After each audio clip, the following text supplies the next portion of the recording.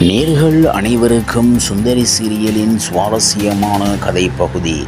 Shock news. சுந்தரி serial நடிகை கேப்ரியல்லாவுக்கு corona. சுந்தரி சீரியலில் நடித்து வரும் கேப்ரியல்லா செல்டேஸுக்கு கொரோனா தொற்று உறுதி செய்யப்பட்டுள்ளதாக முன்பு தகவல்கள் வெளியானது. தற்போது கொரோனா இரண்டாவது அலை வேகமாக பரவி வரும் நிலையில் பொதுமக்கள் முதல் பிரபலங்கள் வரை தொற்றதால் பாதிக்கப்பட்டு வருகின்றனர்.